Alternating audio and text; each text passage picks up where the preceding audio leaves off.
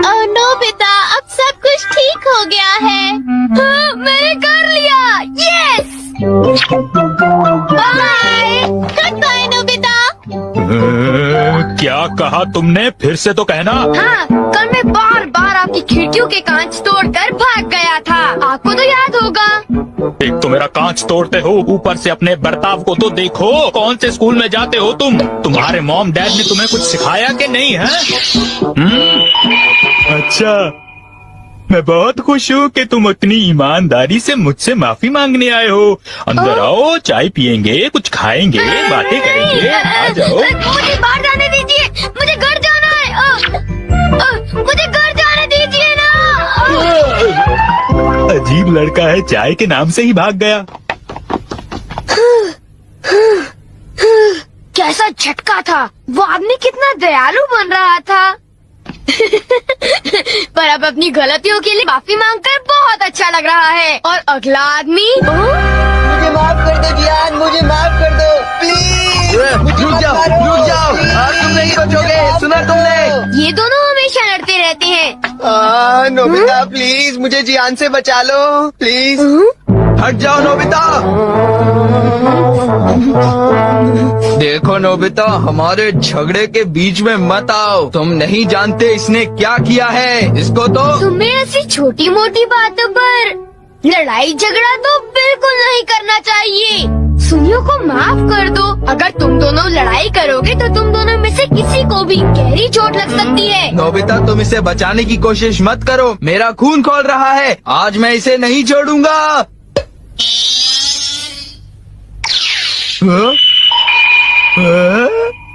ठीक है, मैं तुम्हें माफ करता हूँ।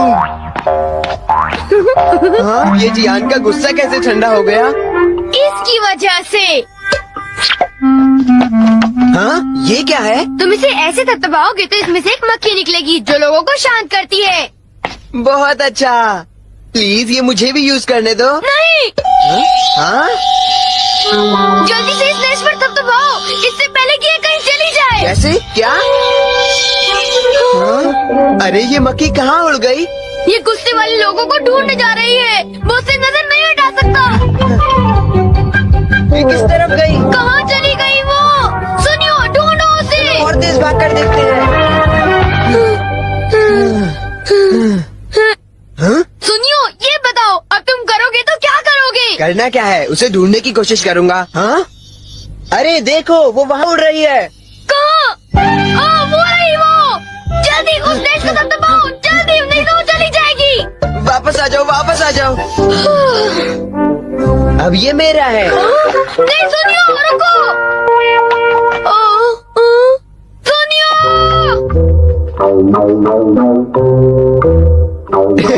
अब मैं इसके साथ कुछ भी कर सकता हूँ, मुझे कोई नहीं डांटेगा।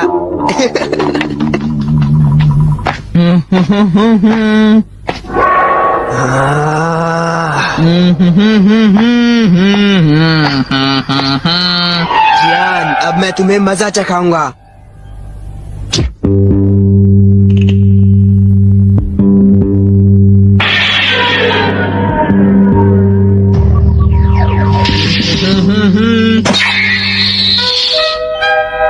ध्यान से। मैं तो नीचे गिरने वाला था। डोरेमोन, तुम यहाँ क्या कर रहे हो? अरे नोबिता, मक्खी तो वापस आ गई, ये देखो। हाँ? मैंने 1 सेकंड के लिए अपनी आंखें इधर से उधर की तो ये वापस उड़ गई थी, पर मैंने उसे उसी समय पकड़ लिया। मतलब वो मक्खी जो सुनियो के पास है वो नकली है। ओ नहीं, डोरेमोन, हमें सुनियो को बचाना होगा। जल्दी चलो। ये तुम क्या कह रहे हो?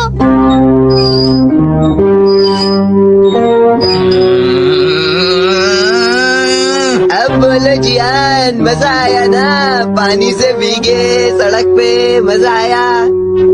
अब जरा तमाशा देखो। हाँ,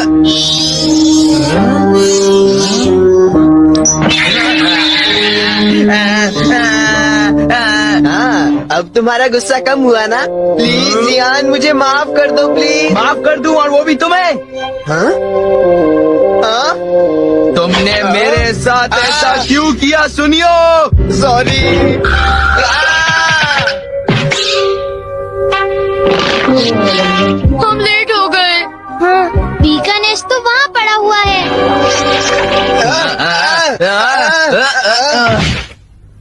क्या वो तुम्हारा है नोबिता? ये इसी ने करने को कहा था, सब इसी की गलती है जियान। नोबिता ये देखो, मुझे उस मक्खी ने काट लिया है। अब तुम्हें अपनी गलती की सजा भुगतनी पड़ेगी, समझ गए?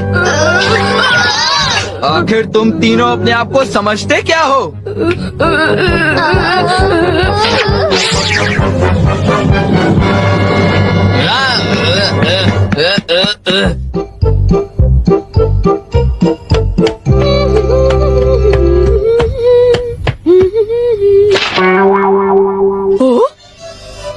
ये क्या है? ये सब मेरे साथ ही क्यों होता है? मुझे माफ कर दो डोरेमोन, मुझे माफ कर दो। नोबिता, तो ये तुम्हारा काम था? जरा इस दीवार की हालत तो देखो। अब बताओ ये कैसे हुआ? ओह नो, उन्हें पता चल गया। डोरेमोन मुझे काम डाउन दी दो। मैं तुम्हारी मदद नहीं करूँगा। जब तुमने गलती की है तो तुम्हें डांट पड़नी ही चाहिए। यही तुम्हारा सही इलाज है। नीचे उतरो। नोबिता, रुक जाओ। हाँ? प्लीज मेरी मदद करो। डोरेमोन, बचाओ। 3D planetarium. नोबिता, तुम घर पर हो? आ रही हूँ। अरे सुनियो तुम, क्या बात है, आज तुम बहुत दिनों के बाद यहाँ आए हो। हेलो आंटी, आप कैसी हैं? क्या नोबिता घर पर है? वो ऊपर अपने कमरे में है, पढ़ाई कर रहा है। तुम अंदर आ जाओ। थैंक यू आंटी, आज आप बहुत सुंदर लग रही हैं। Thank you. हाँ? कैसे हो नोबिता? हाँ, क्या तुम्हें मुझसे कोई काम है सुनियो? ऐसी कोई बात नहीं है। क्या तुम इसे पढ़ना चाहोगे नोबिता? हाँ, मैं इसे पढ़ना चाहता था। मैं डोरा केक्स भी लाया हूँ। हाँ? वाओ, डोरा केक्स। आराम से पढ़ो और खाओ। क्या सच में? सच में नोबिता। वाओ, अरे वाह, मजा आ गया। टेस्टी है। हाँ? मैं मुसीबत में फंस गया हूँ, मुझे तुम्हारी मदद चाहिए। हाँ? देखो नोबिता, मैं ये चाहता हूँ कि जियान कल के बेसबॉल मैच में ना खेले। हाँ? मुझे पता था, तुम बिना मतलब के कुछ भी नहीं करते। मैं रिक्वेस्ट करता हूँ। लेकिन जियान ही क्यों?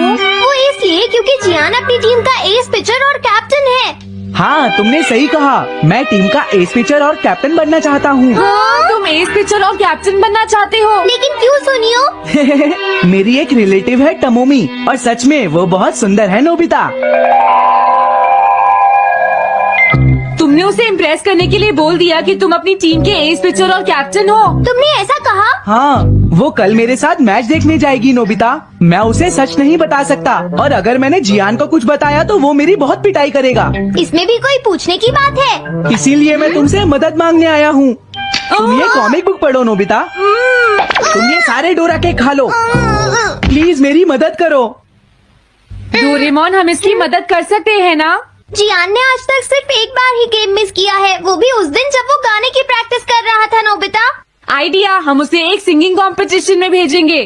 पर उसका गाना सुनेगा कौन? अब क्या करें? वो तुम दोनों मुझ पर छोड़ दो। हाँ, लेकिन कोई पैसे लेकर भी उसका गाना नहीं सुनेगा। सबसे पहले मैं एक डोम बनाऊंगा। हाँ? डोरेमोन, ये क्या है? एक बात और नोबिता, कोई भी इसके बाहर से अंदर नहीं देख पाएगा। सच में? अब इसके बाद क्या होगा डोरेमोन? 3D planetarium. हाँ? ये सब क्या हो रहा है? मैच शुरू। अरे ये तो सुमो रेसलिंग है। ये तो असली लगती है।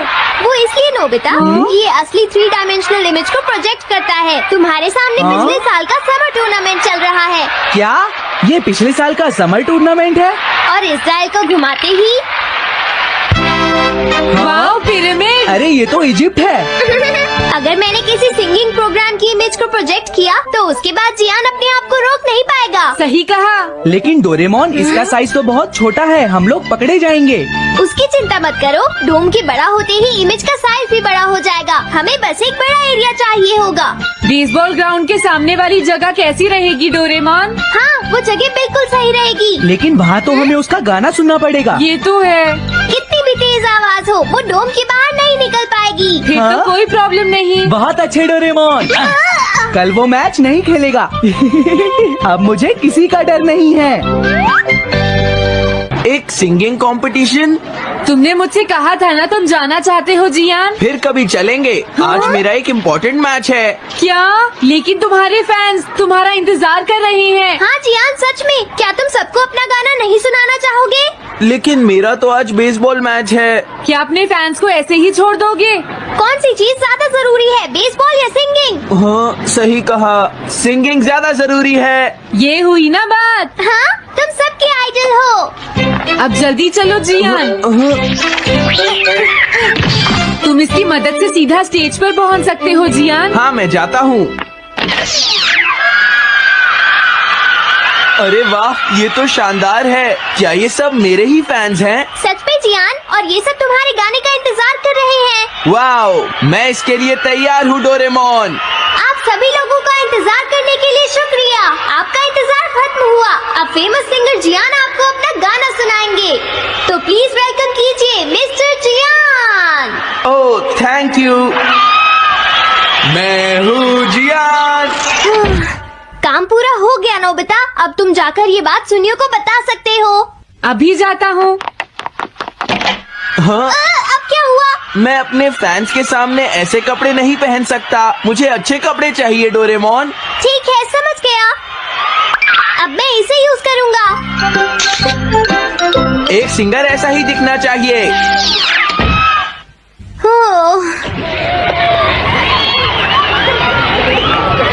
तुम सब तैयार हो ना? सुनियो, अपनी पहली ही बॉल पर उसे आउट कर देना। तुम चिंता मत करो। मैं अपनी टीम का एस पिचर और कैप्टन हूँ। अब मेरा कमाल देखना। मैच तुम्हें ही जीतना है। ठीक है, गेम शुरू करते हैं। सुनियो कितना खुश है। आज के मैच में जियान नहीं खेल रहा, इसलिए सुनियो पिचिंग कर रहा है। तुम्हारा मतलब सुनियो एक रेगुलर पिचर नहीं है? मेरी आवाज सुन के सब हो जाते हैं आज जियान कितना खुश है। और अब मैं आप सबको अपना नया गाना सुनाऊंगा जिसका नाम है dumplings of a girls love. अरे ये क्या है? अब क्या करूं? मेरे पास इसके लिए भी एक गैजेट है, साउंड चेंजर ट्रांस रिसीवर। बहुत बढ़िया, बहुत बढ़िया।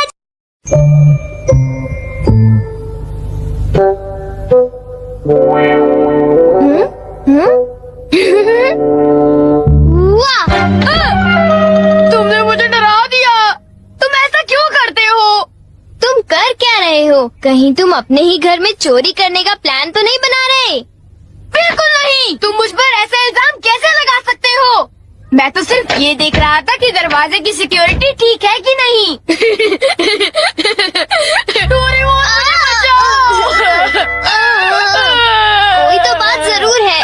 अब बताओ तुमने क्या गड़बड़ की? मॉम मुझे जल्दी ढूंढ लेंगी। मॉम बहुत ही गुस्से में है। अब क्या? बहुत बुरा हुआ। चलो मैं भी तुम्हारे साथ माफी मांगने जाऊंगा, ठीक है? जैसा कि आप जानते हो हम बहुत शर्मिंदा हैं, इसलिए मैं और नोबिता आपसे माफी मांगना चाहते हैं। मुझे माफ कर दो। माफ करो और तुम्हें? वैसे आप तो नोबिता को पढ़ाई के मामले में जानती हैं ना? उसके मार्क्स तो हमेशा की तरह 5, 4, 3, 2, 1 और अगला नंबर है 0। हमेशा की तरह उसे टेस्ट में 0 मिला है। आपके लिए तो कोई नई बात नहीं है ना? क्या तुम्हें टेस्ट में 0 मिला? मुझे तो इस बारे में कुछ भी पता नहीं था। नहीं मॉम, दरअसल वो बात नहीं है। ओह अच्छा, जब तुम शॉपिंग करने गए थे तब तुमने उनके साथ पैसों की चीटिंग की थी। क्या तुमने चीटिंग की? तुम्हें ये आदत कब से लग गई नोबिता? अब बोला भी। नहीं, दरअसल बात वो नहीं है। मैंने झूठ नहीं बोला। मुझे पता है, तुमने मॉम को नींद में बोलते हुए टेप किया था और फिर सबको सुनाकर हंस रहे थे। कितना मजा आया था, बहुत किया फनी था।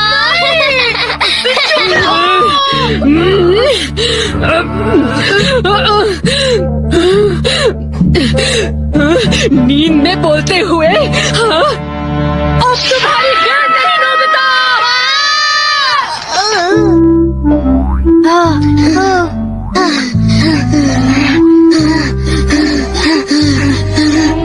तुम कितने मतलबी हो डोरेमोन, जो बातें उन्हें नहीं वाले हो? अब मैं बताऊं? क्या? हॉलवे? Oh no! चुप रहो, अभी उन्हें ये बात नहीं बता।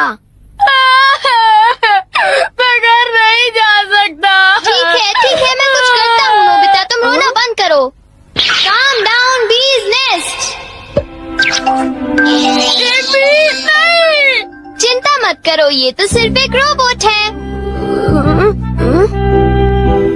ये गुस्से वाले लोगों को ढूंढती है और लेजर रे से काटती है। जब उन्हें वो काट लेती है तो उनका सारा गुस्सा गुब्बारे की तरह फट जाता है।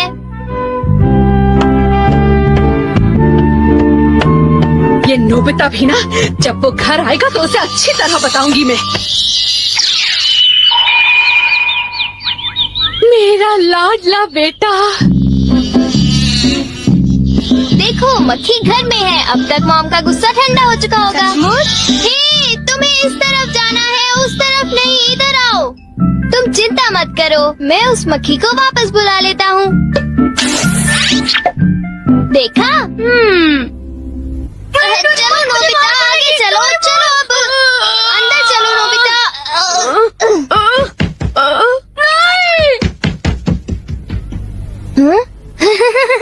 इधर आओ।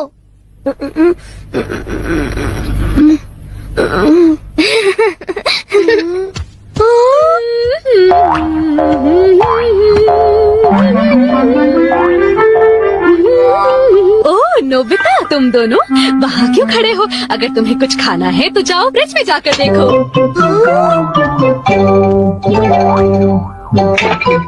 हाँ, ये केक तो मुझे बहुत टेस्टी लग रहा है।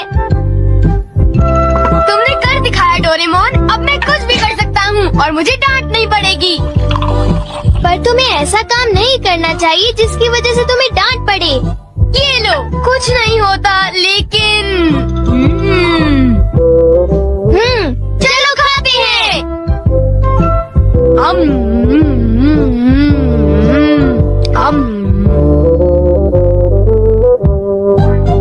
नहीं, मैं तुम्हें अपना केक बिल्कुल नहीं खाने दूंगा। नहीं, मैं तो काम डाउन बीज नेस्ट को देख रहा था। ये नेस्ट मेरे लिए बहुत काम की चीज है।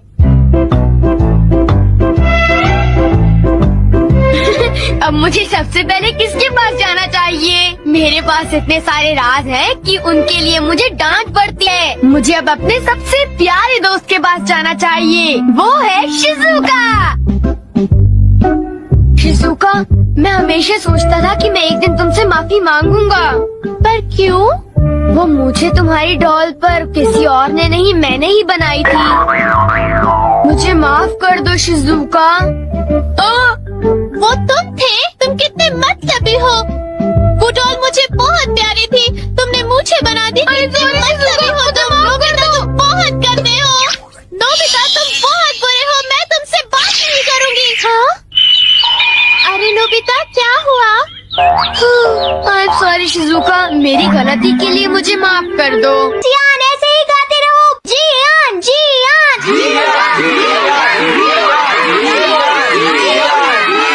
अब यही तो मैं सुनना चाहता था। क्या तुम लोग तैयार हो? मैं तो थक गया। ये लो, पकड़ो नोबिता। अरे अरे अरे अरे अरे, चली गई। Dumplings of a girl's love, ये है dumplings of हाँ? बाय। अरे ये तो नोबिता है। यही तो मैं सुनना चाहता था। ये है dumplings of a girl's love, ये है dumplings of a girl's love, dumplings। अरे नहीं, ये क्या? कोई बचाओ मुझे।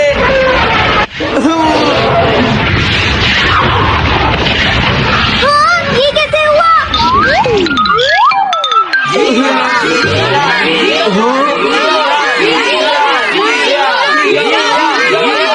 अरे तो बताइए, आपको मेरा गाना कैसा लगा? Strike 3, batsman out! इनका ये पिचर बहुत अच्छी बॉल फेंकता है। क्या हमेशा सोनियो ही सबसे पहले बैटिंग करता है? नहीं, सबसे पहले तो जियान बैटिंग करता है। लेकिन ऐसा कैसे हो सकता है? Ball take your base. अरे वाह, मजा आ गया।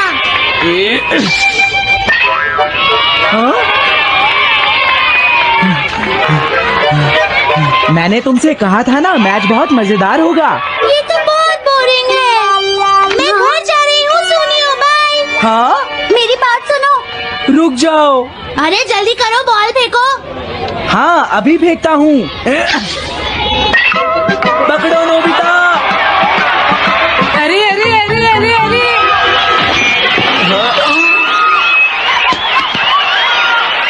ये सब क्या हो रहा है? भागो। तुमने सारे गाने गा लिए जियान? ये क्या हो रहा है?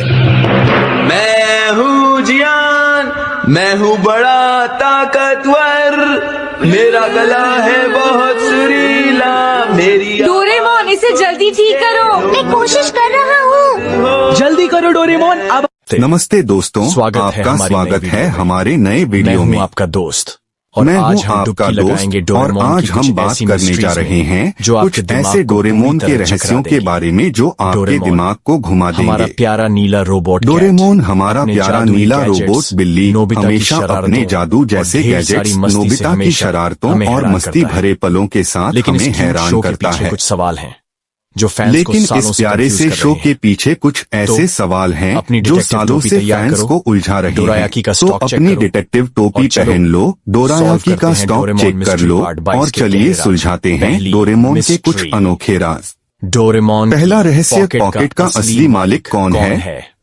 डोरेमोन की 4D पॉकेट से हमेशा नए नए गैजेट्स निकलते हैं। Time machine, anywhere door, small light. लेकिन सवाल ये है क्या ये पॉकेट वाकई में डोरेमोन की अपनी है? का हिस्सा है?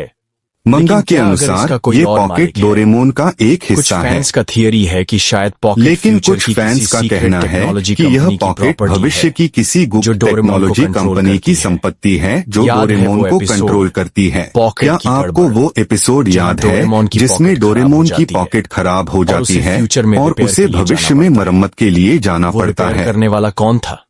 मरम्मत क्या कोई करने फ्यूचर वाला कौन था? ऑर्गेनाइजेशन डोरेमोन के क्या गैजेट्स को कोई मॉनिटर भविष्य करता की है? संस्था डोरेमोन और के एक और गैजेट्स twist। पर नजर रखती है? क्या अगर पॉकेट में कोई लिमिट है? और एक और जो बात, डोरेमोन क्या हमें नहीं डोरेमोन को बताता? हर गैजेट के इस्तेमाल जैसे, की इजाजत लेनी क्या कुछ पड़ती है? गैजेट्स यूज करने की परमिशन उसे ये ऊपर से पॉकेट मिलती है? जितनी गहरी है ये उतनी mystery ही pocket रहस्यमयी जितनी भी deep है। और अनलिमिटेड है। दूसरा रहस्य नोबिता की डायरी का राज। सीक्रेट। हम सभी नोबिता नोबिता को को हम आलसी एक और आलसी लापरवाह और मानते हैं। लापरवाह लड़के के लेकिन रूप कई में बार जानते वो हैं, अपनी डायरी में कुछ लिखता दिखता है। लेकिन कई बार वो सवाल अपनी ये है डायरी कि में कुछ नोबिता की लिखता डायरी में हुआ क्या नजर है? आता है। क्या सवाल वो सिर्फ उठता है, homework उस notes डायरी हैं? में आखिर क्या या है? कुछ बड़ा सीक्रेट?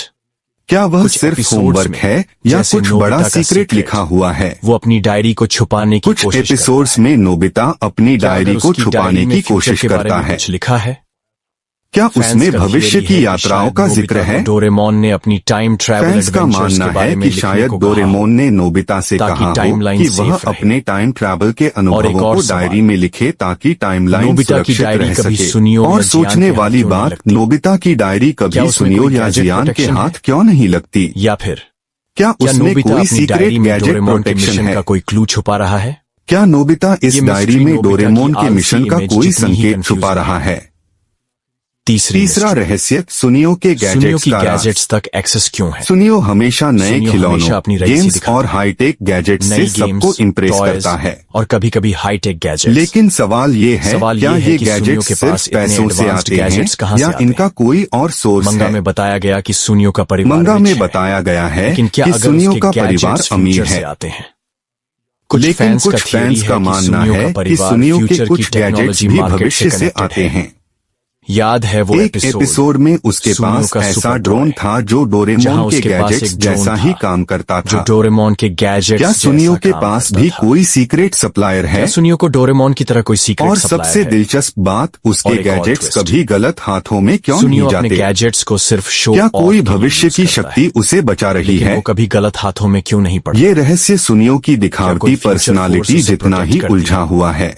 ये मिस्ट्री चौथा रहस्य शिजुका का टाइम ट्रैवल ज्ञान। चमकदार है। शिजुका कई बार चौथी डोरेमोन मिस्ट्री। और नोबिता के शिजुका साथ का टाइम टाइम ट्रैवल ट्रैवल पर नॉलेज। जाती है, शिजुका डोरेमोन और लेकिन नोबिता उसकी के साथ शांत कई और टाइम समझदार ट्रैवल एडवेंचर्स पर प्रकृति जाती है। हमेशा फैंस को लेकिन हैरान सवाल करती ये है है। कि वो टाइम जब ट्रैवल के जियान बारे में और इतना सुनियो भूल क्यों घबरा गए? जाते हैं, शिजुका साइड बिल्कुल कहाँ शांत छुपा है? रहती है।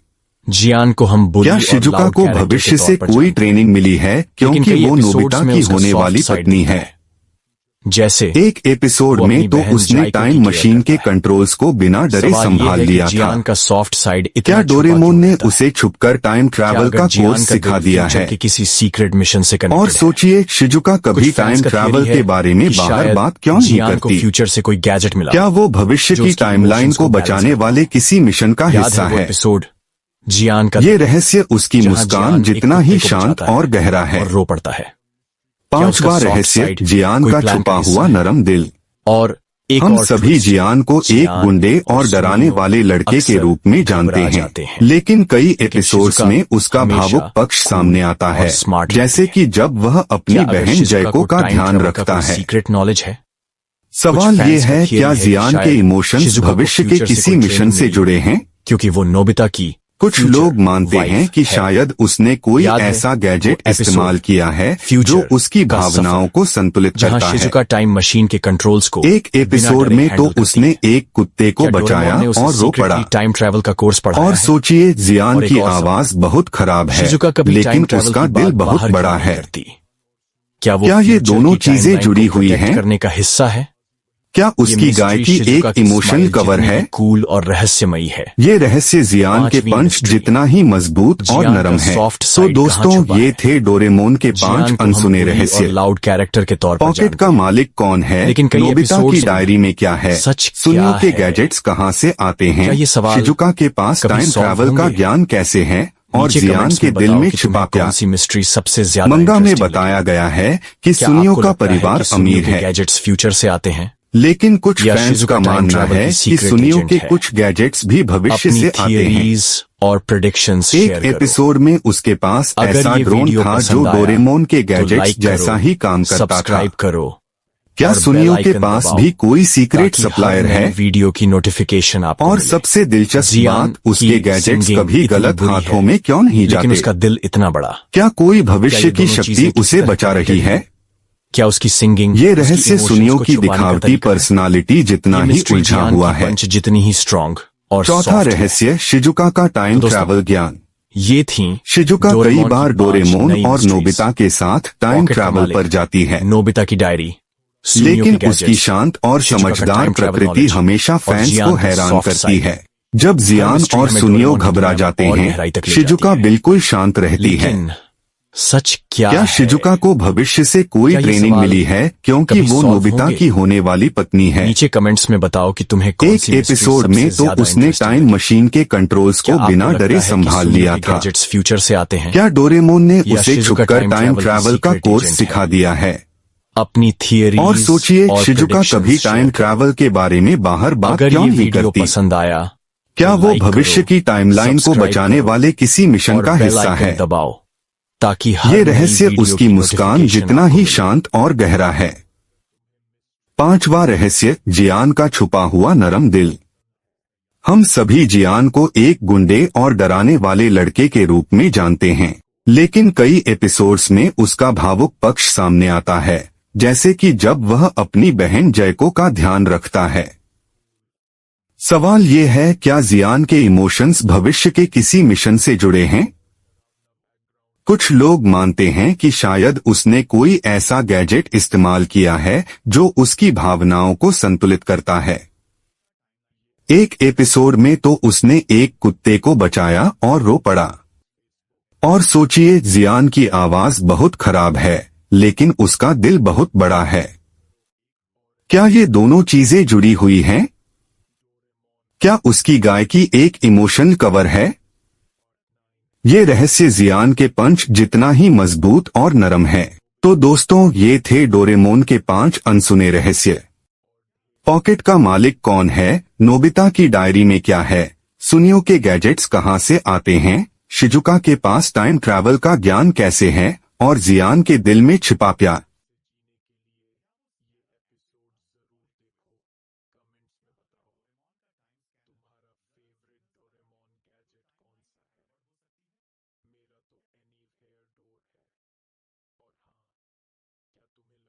कि शिजुका का सीक्रेट फ्यूचर से जुड़ा है या कोई और ट्विस्ट है। अपनी थियरी शेयर करो। ये था मेरा review.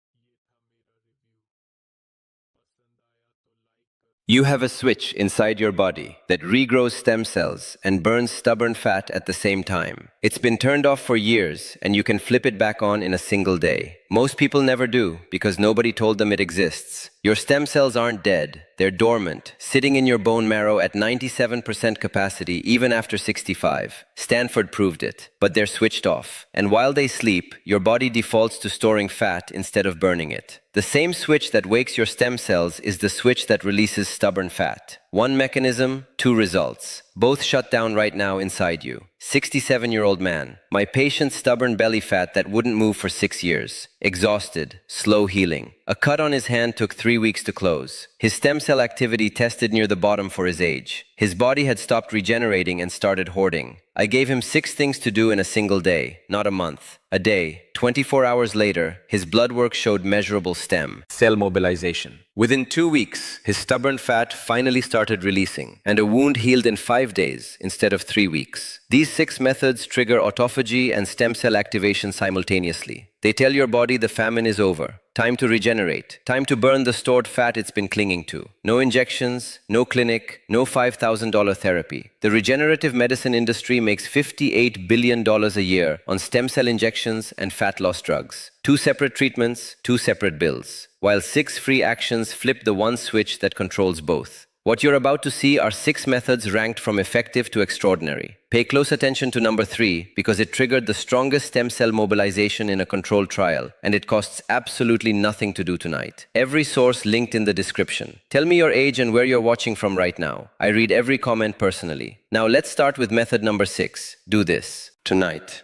and your body flips from fat storage into stem cell regeneration before you wake up. Number 6. Turmeric. Effective way number 6, with black pepper. Most people have heard that turmeric is good for inflammation. That is old news. What is not old news is what researchers discovered about its effect on stem cells and fat metabolism when you combine it correctly. A 2022 study published in the Journal of Stem Cell Research and Therapy tested curcumin, the active compound in turmeric, on human mesenchymal stem cells. These are the stem cells responsible for rebuilding your bones, cartilage, and fat tissue. The results were remarkable. Curcumin increased stem cell proliferation by 39% in just 72 hours. But that was only the beginning. The same study found that curcumin simultaneously inhibited adipogenesis, which is the scientific term for the creation of new fat cells. So it was boosting the stem cells you want, while blocking the fat cells you do not. Now here is the catch that most people get wrong. Turmeric, by itself, has terrible bioavailability. Your body absorbs almost none of it. A landmark study in Plantimetica proved that piperine, the compound found in black pepper, increases curcumin absorption by 2,000%. That is not a typo. 2,000%. Without black pepper, you are essentially wasting your turmeric. So, how do you actually use this? The most effective method based on the research is to combine 1 teaspoon of high-quality turmeric powder with a pinch of freshly ground black pepper and a small amount of healthy fat like olive oil or coconut oil. The fat matters because curcumin is fat-soluble, meaning it needs fat to be absorbed into your bloodstream. You can stir this into warm water, add it to a smoothie, or even mix it into scrambled eggs. The studies use doses equivalent to roughly 500 to 1,000 milligrams of curcumin daily, which translates to about 1 to 2 teaspoons of turmeric powder. Timing also matters. Research from the European Journal of Nutrition showed that taking curcumin with your largest meal of the day improved absorption by an additional 28% compared to taking it on an empty stomach. The fat content in the meal acts as a natural delivery system. One thing to note is that consistency amplifies results dramatically. While the stem cell benefits appeared within 72 hours in the lab, the fat metabolism effects in human trials took about 8 weeks of daily use to show measurable changes in body composition. Participants in a 2021 randomized controlled trial who took curcumin daily for 8 weeks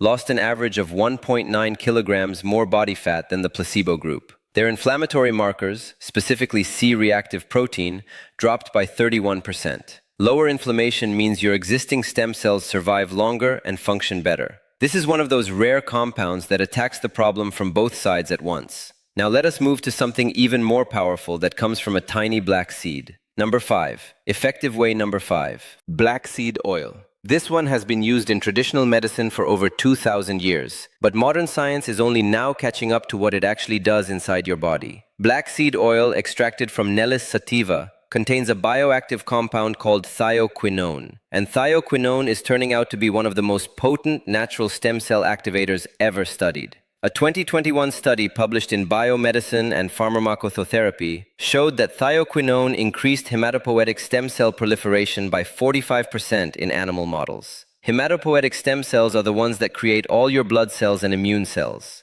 When these stem cells multiply, your immune system gets stronger. Your blood carries more oxygen, and your body's overall repair capacity jumps significantly. But the fat-burning angle is equally impressive. A randomized, double-blind, placebo-controlled trial published in the Journal of Diabetes and Metabolic Disorders in 2020 followed 90 overweight participants for 8 weeks. The group taking just 2 grams of black seed oil daily lost an average of 3.22 kilograms of body weight and saw their waist circumference decrease by 4.1 centimeters compared to placebo. Their fasting blood sugar dropped by 17%, and their triglycerides fell by 22%.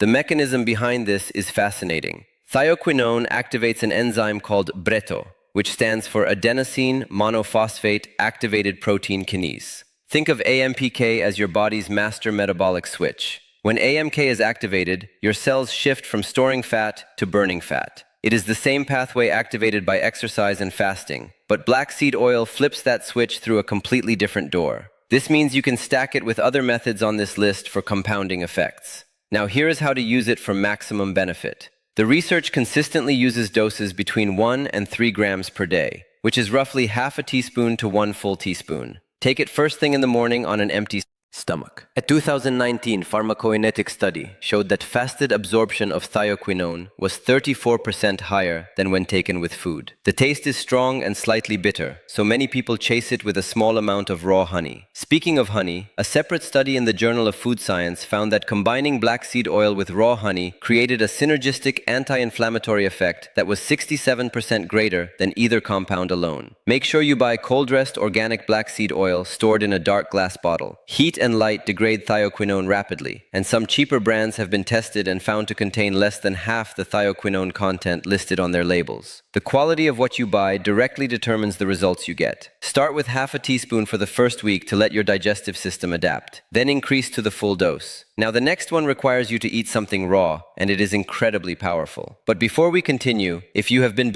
enjoying the video so far, hit the like button. And don't forget to subscribe and hit the bell icon so you don't miss more videos like this. Number 4. Raw effective way. Number 4. Broccoli sprouts. This is not about eating broccoli with dinner. This is about a very specific form of broccoli that contains up to 100 times more of a compound called sulforaphane than mature broccoli does. Broccoli sprouts, those tiny 3 to 5 day old baby plants, are arguably the most concentrated source of sulforaphane on the planet. And sulforaphane is what researchers are calling a master activator of the body's defense system. A 2020 study in Aging Cell demonstrated that sulforaphane activates the NRF2 pathway. NRF2 is a protein that sits inside every cell in your body, waiting to be switched on. When activated, it triggers the production of over 200 protective genes that fight oxidation, reduce inflammation, and directly protect stem cells from damage. The study found that NRF2 activation through sulforaphane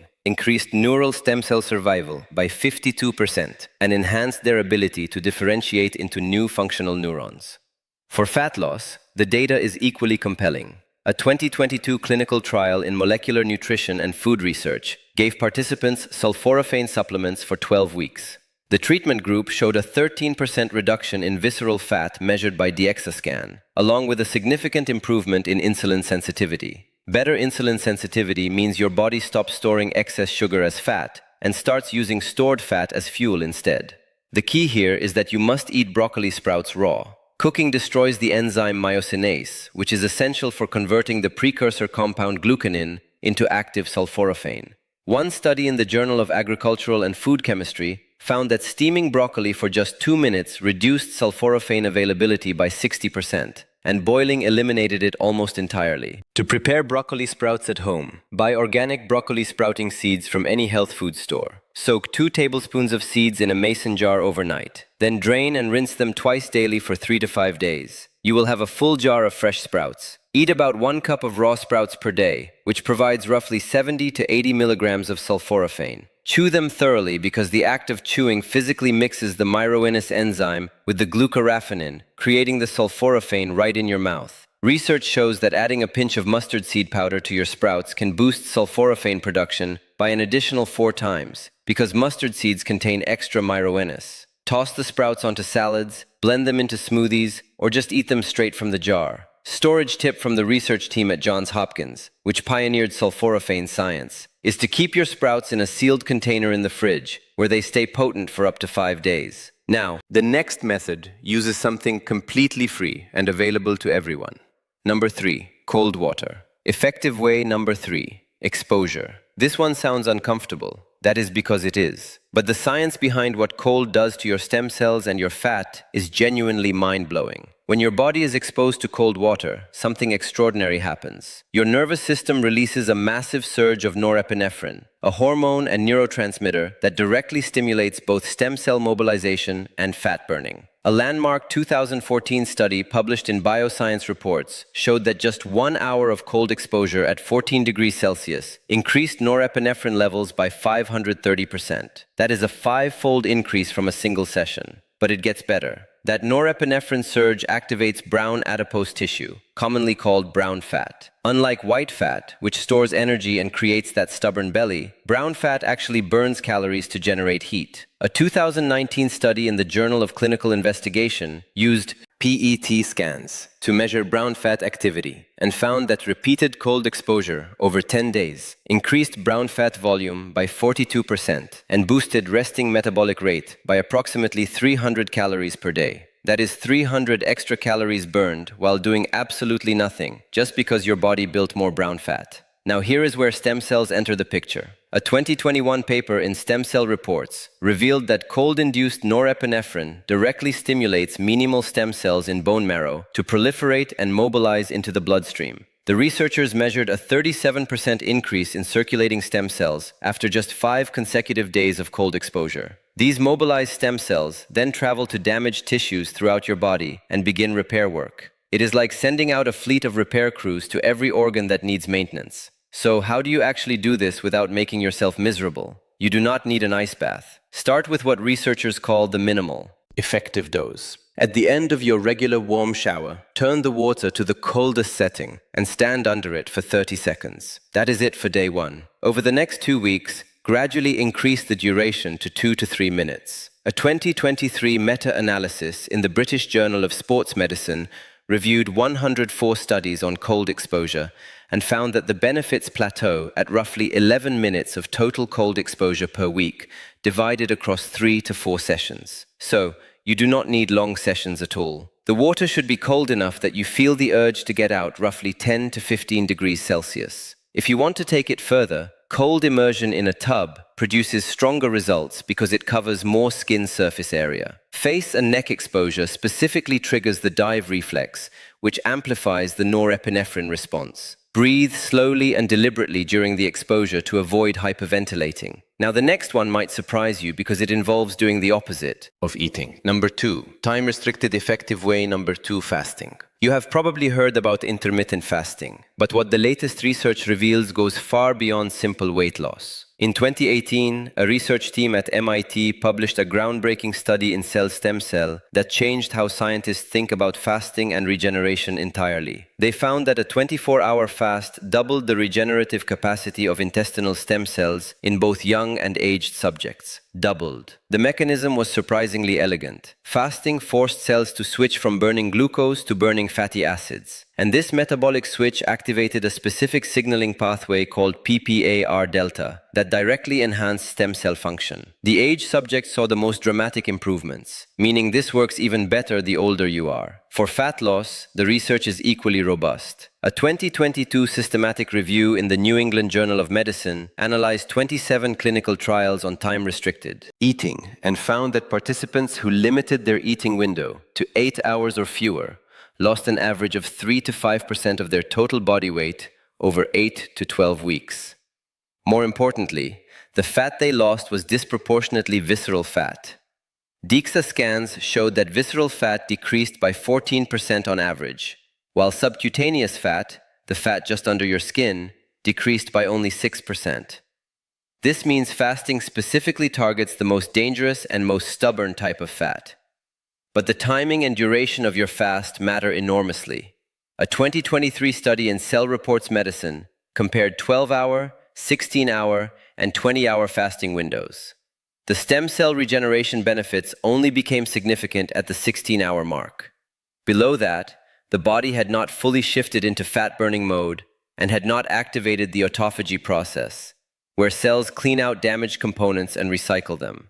So, the minimum effective fasting window is 16 hours of not eating, followed by an 8-hour eating window. Here's exactly how to implement this. Stop eating at 8 p.m. tonight. Do not eat again until noon tomorrow. During the fasting period, you can drink water, black coffee, and plain tea. Nothing with calories, sweeteners, or cream, because even small amounts of these will break the metabolic switch that drives the benefits. The most common mistake people make is adding milk or sugar to their morning coffee and unknowingly canceling out the entire fast. Interestingly, a 2021 study from the Salk Institute found that front-loading your eating window, eating your largest meal at noon, and finishing with a lighter dinner produced 23% greater fat loss than eating the same calories but having the largest meal at dinner. This aligns with your circadian rhythm, when insulin sensitivity is naturally highest earlier in the day. During your fast, your growth hormone levels will surge by up to 300%, according to data published in the Journal of Clinical Endocrinology, which directly fuels stem cell production and fat mobilization. The longer you maintain this daily practice, the more efficient your body becomes at flipping this metabolic switch. And now, the number one most powerful method that stunned researchers and could change everything. Number 1, cooled resistant effective whey number 1 starch. This is the one that nobody is talking about yet, and it might be the most important discovery on this entire list. Resistant starch is a type of carbohydrate that resists digestion in your small intestine. Instead of being absorbed as sugar, it passes intact into your large intestine, where it feeds very specific colonies of beneficial gut bacteria. Those bacteria then produce a short-chain fatty acid called butyrate. And butyrate is what scientists are now calling the most potent natural stem cell regenerator ever identified. A 2022 study at Stanford University, published in Science, tested the effects of butyrate on intestinal stem cells and found that it increased stem cell regeneration by 68% within just 48 hours. But the implications went far beyond the gut. Butyrate enters the bloodstream and crosses the blood-brain barrier, where it was shown to stimulate neural stem cell growth by 41% in a 2021 study in Nature Communications. It also reached bone marrow and enhanced hematopoietic stem cell proliferation.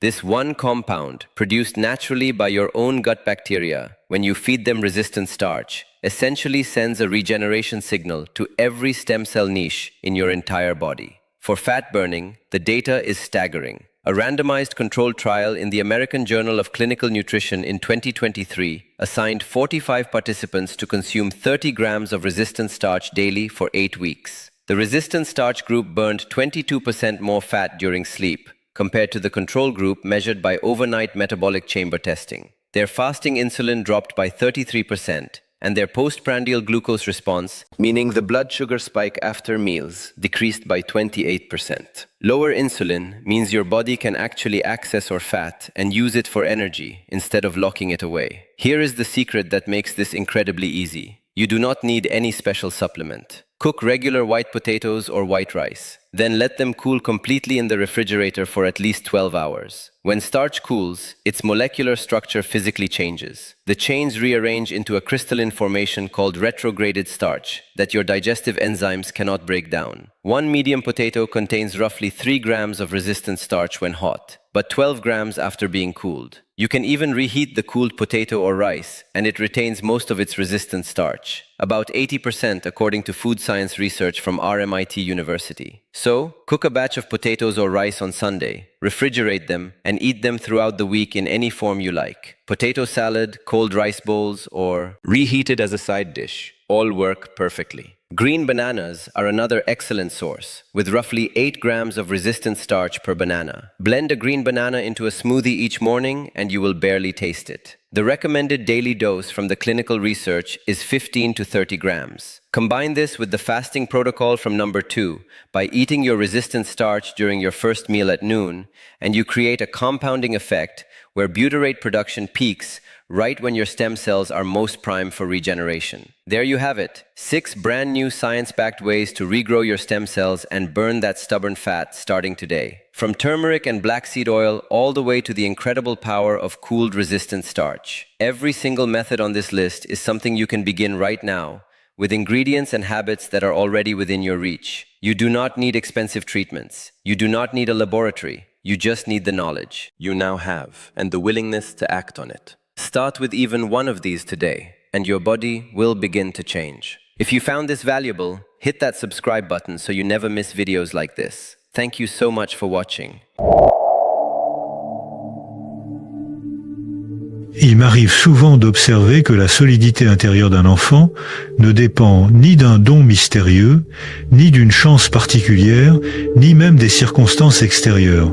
Ce qui façonne réellement la manière dont une jeune personne affronte le monde, ce sont les habitudes quotidiennes des adultes qui l'entourent.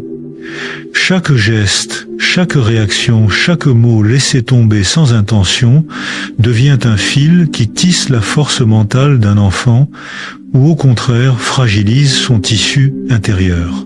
Lorsqu'on comprend cela, on se rend compte que l'enjeu n'est pas de former des enfants parfaits, mais de leur construire un socle stable, capable de résister aux secousses normales de la vie. L'un des premiers points qui transforme un enfant en être mentalement solide, c'est la manière dont on accueille ses émotions. Non pas en les étouffant sous le prétexte de le protéger, mais en lui offrant un espace où il peut les reconnaître, les nommer, les traverser.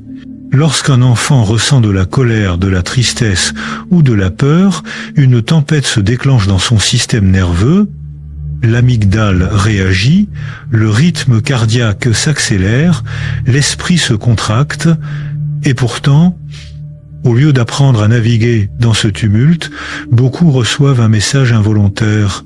Ne ressens pas cela, tu exagères, on va arranger ça pour toi. Cette manière de calmer trop vite coupe l'enfant de ses propres ressources.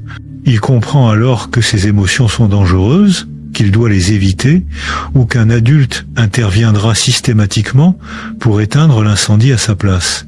Or, un enfant devient réellement fort lorsque son émotion n'est ni niée ni amplifiée, mais simplement reconnue. Dire à un enfant « je vois que cette situation te bouleverse » crée une passerelle directe entre son ressenti et sa capacité à le réguler. Le cerveau interprète alors ce geste comme une invitation à reconnecter le cortex préfrontal, cette partie qui analyse, comprend, organise. Lentement, l'enfant découvre qu'il peut supporter une émotion sans s'effondrer, qu'il peut rester debout au milieu du vent. Cette compétence, si simple en apparence, servira plus tard face à chaque rupture, chaque conflit, chaque échec. Ce qui importe surtout, c'est de ne pas confondre validation émotionnelle et absence de limite. Permettre à un enfant d'exprimer sa colère ne signifie pas permettre les coups. Accueillir sa frustration ne signifie pas céder à toutes ses demandes. Un adulte qui accompagne un enfant émotionnellement, tout en maintenant un cadre clair, lui transmet un message puissant. Tes émotions sont légitimes, mais elles n'ont pas le droit de blesser. Cela crée un équilibre fondamental entre liberté intérieure et responsabilité. Dans un podcast, j'expliquerai que l'un des moments les plus révélateurs survient lorsqu'un enfant revient à la maison abattu par une parole blessante. L'adulte a alors deux chemins, minimiser pour consoler ou accompagner pour renforcer. Demander à l'enfant ce qu'il pense pouvoir faire, si cela se reproduit, l'amène à percevoir son propre pouvoir d'action. Il cesse d'être un spectateur passif de sa douleur et devient l'artisan de sa réponse. Ce petit déplacement cognitif est un pilier essentiel de la résilience. Lorsque les enfants apprennent à identifier ce qui se passe en eux, une transformation silencieuse s'opère. La force ne vient plus d'une carapace, mais d'une compréhension intime de leurs mouvements internes. C'est ainsi qu'ils développent cette capacité rare de traverser la vie sans fuir les tempêtes ni s'y perdre. Au fil des années, j'ai constaté un autre élément déterminant dans la construction d'un esprit solide chez l'enfant, la manière dont il apprend à interpréter ses réussites et ses échecs. Dans beaucoup de familles, l'attention est focalisée presque exclusivement sur le résultat final. Une bonne note devient un trophée. Une défaite devient une blessure à cacher.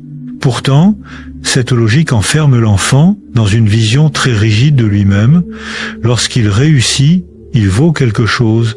Lorsqu'il échoue, il se sent défaillant. Cette association crée une dépendance subtile aux validations extérieures et une peur paralysante de tout ce qui dépasse le confort du connu. Lorsqu'on replace l'effort, la curiosité et la persévérance au centre du processus, le paysage intérieur change complètement.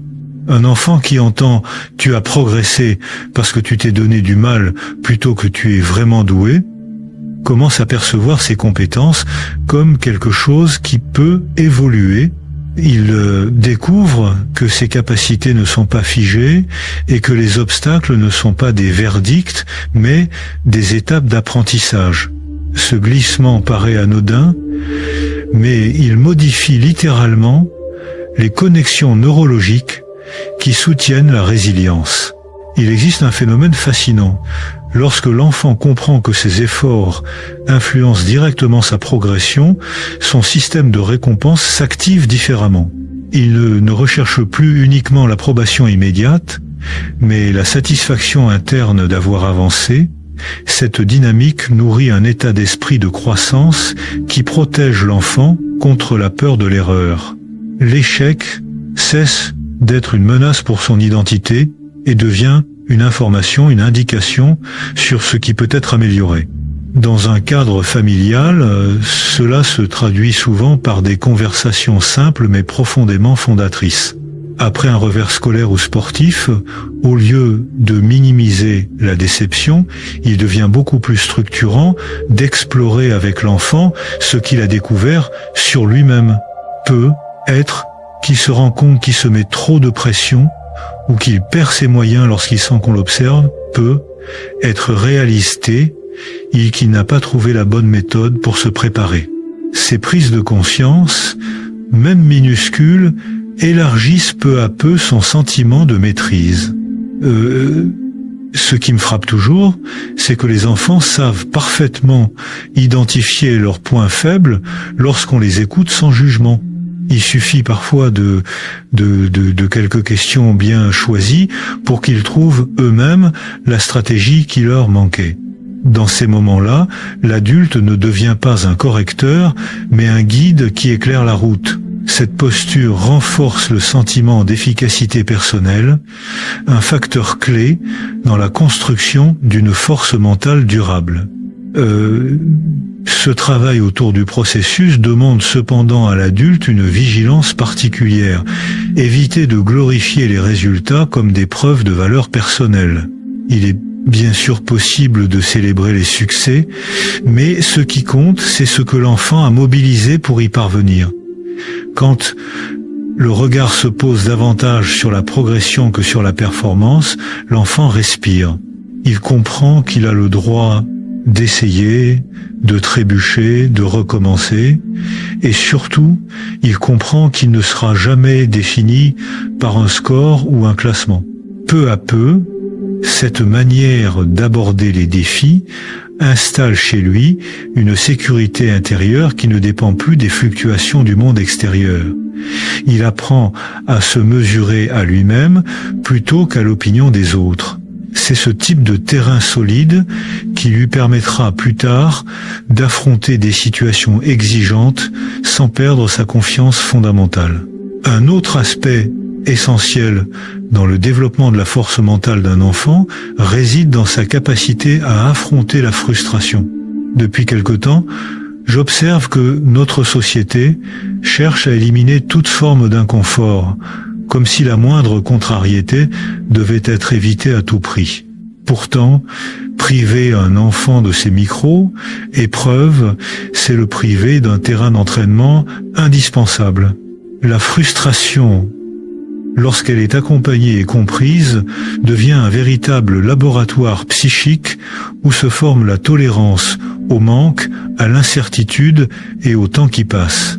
Lorsqu'un obstacle apparaît, le cerveau de l'enfant active plusieurs zones liées à l'attention, à la prise de décision et au contrôle émotionnel. Ce processus, bien que déstabilisant, est exactement ce qui renforce ces circuits neuronaux. C'est un peu comme un muscle invisible qui se contracte, se fatigue, mais finit par se solidifier. Si un adulte intervient trop vite, l'enfant n'a pas le temps de traverser cette expérience intérieure. Il croit alors que la seule manière de surmonter une difficulté, c'est d'attendre qu'un autre le fasse pour lui. Avec le temps, cela affaiblit profondément sa confiance en ses propres moyens. Pourtant, lorsque l'adulte se place en accompagnateur plutôt qu'en sauveur, une transformation subtile se produit. Observer un enfant tenter, échouer, recommencer, puis ajuster sa stratégie, c'est voir naître une compétence essentielle, la persévérance. Dans ces moments, l'important n'est pas la réussite immédiate, mais la manière dont il apprend à rester présent face à l'irritation qui monte. À travers ce processus, son monde intérieur s'équilibre. Il découvre qu'il peut ressentir un inconfort intense sans être débordé ni renoncer trop vite. Dans la vie quotidienne, cela peut prendre des formes très simples. Un puzzle un peu trop difficile, un jeu de construction qui s'écroule, un projet manuel qui demande plus de patience que prévu. Si l'adulte dit « laisse, je vais le faire », il coupe court à la maturation d'une compétence. En revanche, s'il s'assoit à côté et verbalise calmement ce qu'il voit, tu sembles chercher une autre solution, tu prends le temps de comprendre ce qui ne fonctionne pas. L'enfant reçoit un message puissant. Ses efforts sont visibles, sa démarche a du sens et son rythme est respecté. Le rôle de l'adulte ici n'est pas d'exiger la réussite, mais d'aider l'enfant à comprendre ce que la frustration révèle. Parfois, elle lui indique qu'il doit ralentir, parfois qu'il doit changer d'approche, parfois encore qu'il doit accepter une limite temporaire. Lorsque l'enfant comprend que cette émotion n'est pas une ennemie mais une information, il cesse de se battre contre elle et commence à l'utiliser comme un signal interne. Il existe un exercice particulièrement utile. Apprendre à l'enfant à faire une pause dès que l'agacement monte. 3 respirations lentes permettent souvent à son cerveau de rétablir un peu de clarté. Ensuite, l'adulte peut poser une question simple. Qu'est-ce que cette situation essaie de t'apprendre ? Cette question, sans jugement, ouvre un espace de réflexion qui transforme l'expérience. L'enfant ne se sent plus dépassé, mais impliqué dans la recherche d'une solution. Peu à peu, il découvre que la frustration n'annonce pas une catastrophe, mais une possibilité de croissance. Cette perception change tout. Elle devient une source de stabilité pour l'avenir, car un enfant qui sait supporter une difficulté sans paniquer pourra plus tard affronter des épreuves bien plus complexes avec une maturité intérieure rare. Lorsqu'on parle de force mentale chez l'enfant, un autre élément majeur apparaît très vite, la construction progressive de l'autonomie.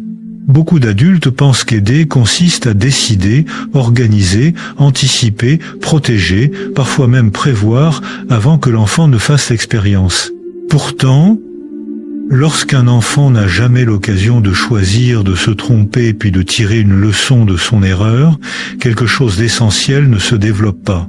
Il devient dépendant des décisions des autres, inquiet dès qu'il doit agir seul et redoute toute situation où l'issue n'est pas garantie. L'autonomie véritable ne consiste pas à laisser l'enfant livré à lui-même, mais à lui offrir un cadre où il peut exercer une responsabilité adaptée à son âge. Ce qui change tout, c'est la manière dont l'adulte accompagne ce processus. On peut imaginer une série de marches. Certaines sont encore trop hautes, d'autres parfaitement accessibles, d'autres encore exigent un petit soutien. Le rôle de l'adulte consiste à repérer ces paliers et à se tenir à côté, prêt à accompagner sans faire à sa place. Dans les familles où ce principe est appliqué, on observe une évolution progressive. Un enfant qui apprend à gérer sa routine, à préparer son matériel, à organiser ses tâches ou à planifier un petit projet, découvre un sentiment de compétence profondément structurant. Chaque réussite, même minuscule, devient la preuve concrète qu'il peut s'appuyer sur lui-même. Et lorsque la difficulté apparaît, car elle finit toujours par apparaître, il ne s'effondre pas immédiatement. Il se rapproche de ce qu'il connaît déjà, analyser, essayer, ajuster. Pourtant, beaucoup d'adultes confondent autonomie et distance affective. Donner de la liberté ne signifie pas se retirer. L'enfant a besoin de sentir la présence rassurante de l'adulte, une présence qui ne décide pas à sa place, mais qui reste disponible lorsqu'il cherche un repère. Dans les discussions quotidiennes, cela se traduit par des phrases simples comme « Quelles options vois-tu ? Comment pourrais-tu t'y prendre ? Veux-tu que je t'aide à clarifier tes idées ?» Cette posture crée un environnement où l'enfant peut expérimenter sans se sentir abandonné. Un moment clé dans ce processus apparaît lorsque l'enfant prend une décision qui conduit à un résultat inattendu ou frustrant. Au lieu d'effacer les conséquences, l'adulte peut explorer avec lui ce que cette expérience révèle. Peut être qu'il a agi trop vite. Peut être qu'il a mal évalué une difficulté. Peut être encore qu'il a découvert une limite personnelle à travailler. Cette réflexion commune aide l'enfant à intégrer que la responsabilité n'est pas un fardeau mais une manière de comprendre le monde et de s'y orienter. Il est aussi utile de proposer régulièrement des situations où l'enfant peut prendre des décisions à faible risque. Choisir comment organiser son espace, quels vêtements porter, quelle activité explorer, comment gérer un petit budget. Chacune de ces décisions développe peu à peu sa capacité à anticiper, planifier et supporter les conséquences naturelles de ses choix. Ce type d'exercice renforce non seulement la confiance en soi, mais aussi la stabilité émotionnelle. Lorsque l'enfant grandit dans un environnement qui valorise cette autonomie progressive, un phénomène remarquable se produit. Il cesse de percevoir l'inconnu comme une menace et commence à l'envisager comme un terrain d'exploration. Cette ouverture intérieure constitue l'une des bases les plus solides de la résilience, car elle permet d'aborder les défis futurs avec une posture active, réfléchie et confiante. Un autre pilier essentiel de la force mentale chez l'enfant concerne l'importance des repères et des limites. Contrairement à ce que l'on croit parfois, les limites ne brident pas l'enfant, elles soutiennent l'architecture interne dont il a besoin pour se sentir en sécurité.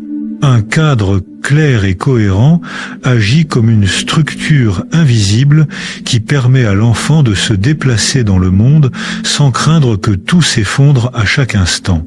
Lorsque les règles changent selon l'humeur de l'adulte, l'enfant perd ses repères internes. Lorsqu'elles sont posées avec calme, constance et sens, il comprend que ce cadre existe pour le protéger, pas pour le contraindre. Les limites les plus efficaces sont celles qui s'inscrivent dans une logique simple et compréhensible pour l'enfant. Lorsqu'on explique pourquoi un comportement met en danger, perturbe ou blesse, l'enfant ne se sent pas humilié, mais guidé. Il est réceptif, car il perçoit que derrière le cadre se trouve une forme de cohérence Dans ces moments, ce que l'adulte transmet n'est pas seulement une règle, mais un modèle relationnel fondé sur la responsabilité et la considération. L'enfant apprend alors à reconnaître les conséquences de ses actions sans se sentir rejeté. Mais au-delà de la question des limites, il existe une compétence encore plus déterminante, la capacité à résoudre des problèmes. Dans la plupart des situations, un enfant n'a pas besoin que l'adulte règle tout pour lui. Il a besoin qu'on lui montre comment réfléchir. Lorsqu'un conflit apparaît à l'école, lorsqu'un projet se complique, lorsqu'une amitié traverse une zone de tension, le réflexe de beaucoup d'adultes est d'intervenir immédiatement. Pourtant, ces interventions répétées privent l'enfant de la possibilité d'explorer ses propres options, d'évaluer ce qui lui semble juste et d'expérimenter les conséquences naturelles de ses choix. En adoptant une posture de guide plutôt que d'arbitre, l'adulte peut amener l'enfant à découvrir sa propre capacité d'analyse. Poser des questions ouvertes. Quelle solution envisages-tu? Qu'est-ce qui pourrait se passer si tu choisis cette voie? De quoi aurais-tu besoin pour avancer? Crée un espace où l'enfant réalise qu'il possède en lui des ressources qu'il n'avait encore jamais mobilisées. Cette démarche développe une forme de confiance extrêmement précieuse, la certitude intérieure de pouvoir agir même lorsque la situation est complexe.